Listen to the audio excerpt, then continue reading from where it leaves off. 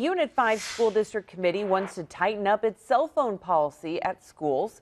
Superintendent Dr. Kristen Weichel says currently elementary and middle school students' phones shouldn't be seen during the day, but high schoolers are allowed to use them before and after school and in class with permission. Well, Wednesday, the committee recommended adding the words, quote, for educational purposes after several teachers and staff spoke about how disruptive and distracting they are in the classroom.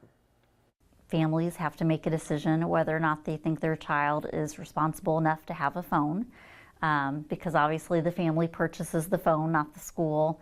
The family makes the decisions on what controls they either have in place or don't.